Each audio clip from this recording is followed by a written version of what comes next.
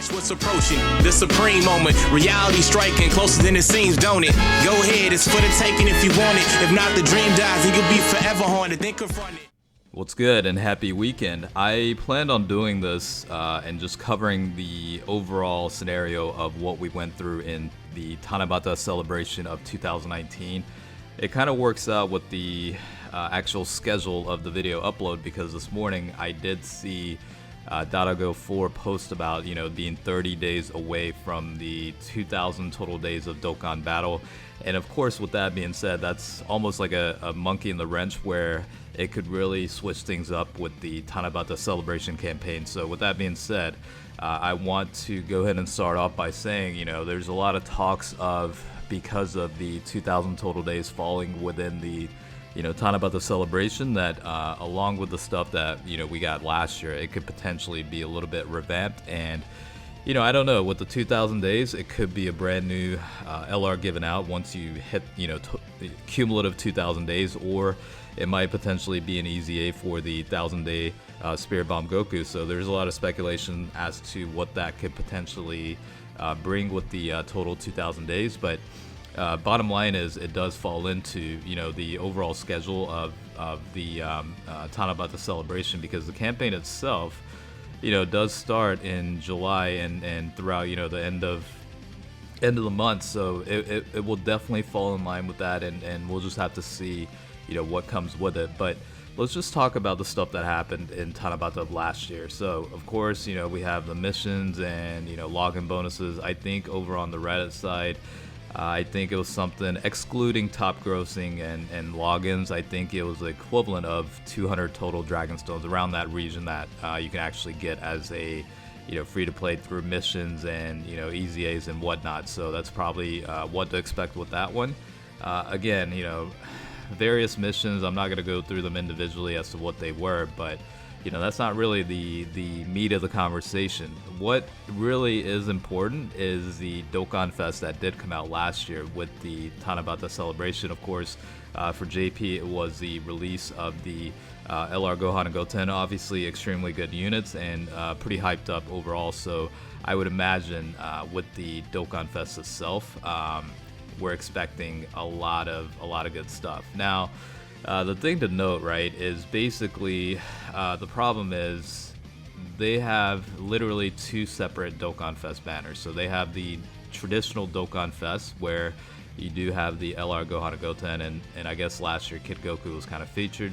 But several days later, like not even a week later, you have the Tanabata Dokkan Fest. And as you can see, you'll see that the 4-year LRs were included on here.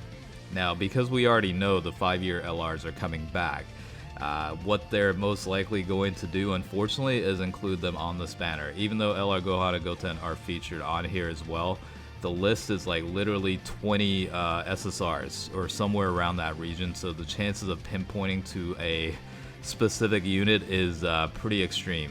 So your chances of picking up the new Dokkan Fest LR, if it is another LR included, for this time around, you're better off summoning off of this, and then potentially, instead of going here, use the gacha coins or red coins to, get a copy or two of the the 5-year LRs, which are LR Gogeta Blue and LR Vegeta Blue. Extremely good units, and they're worthwhile the coins if you do have them. So because they're returning, they should be available for exchange in the Baba shop. So I mean, honestly, that's probably the plan for me. I will probably end up summoning on this banner, and then whatever red coins I have available, I'll just end up picking up copies for it, because I have been saving those for those guys. All right, moving on. Of course, we had the Siblings Bonds category summon, the discounted summons. I can't even remember the last time I actually summoned on any of these discount category banners, but of course, Dragonstone Stells, I would imagine they would be pretty good this year.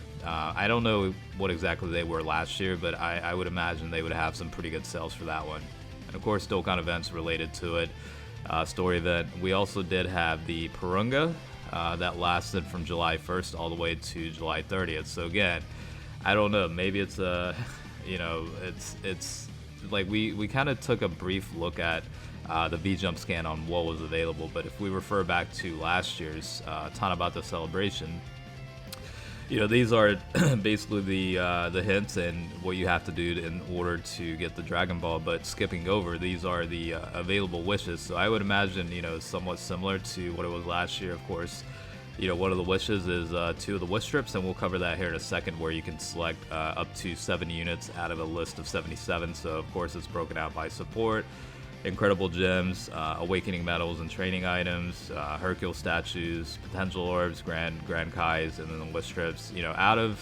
If you're able to pick 3, and if it's only 1 cycle, I would probably lean toward going with the first 3 choices. You get 2 wish strips, a bunch of grand kais, and also potential orbs. That's probably honestly the way I would go about it.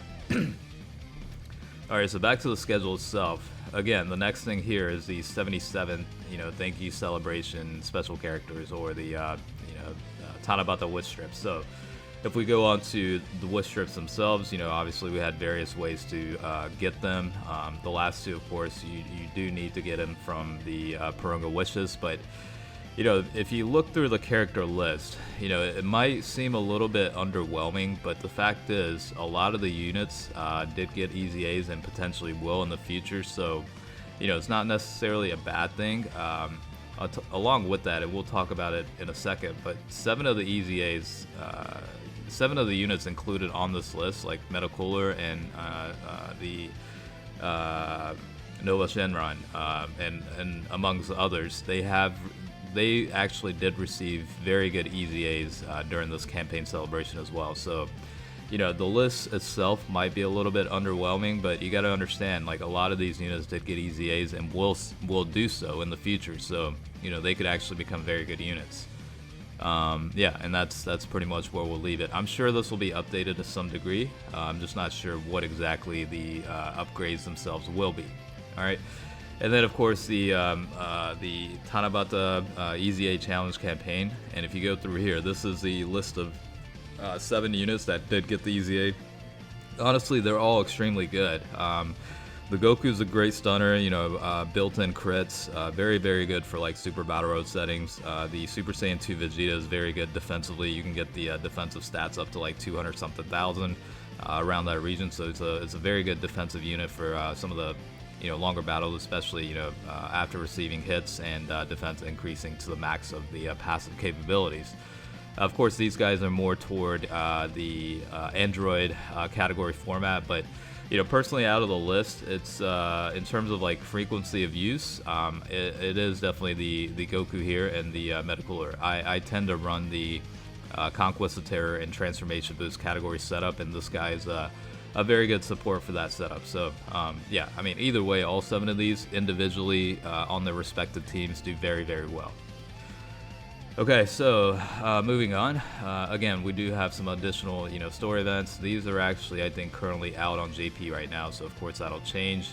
Another, season of Dokkan Battlefield, and then, stuff like that. We did get the Easy A for the physical Broly, so this guy is actually one of my favorite Easy A's in the game, and very, very good. So I would imagine we would get some sort of Easy A on this as well. Who knows what that'll be, and it might potentially be the 1000-day Spirit Bomb Goku as well. We have no idea, but either way, this is 30 stones that we can get out of the excuse me, Extreme Z Battle stages. So good way to acquire some stones as well.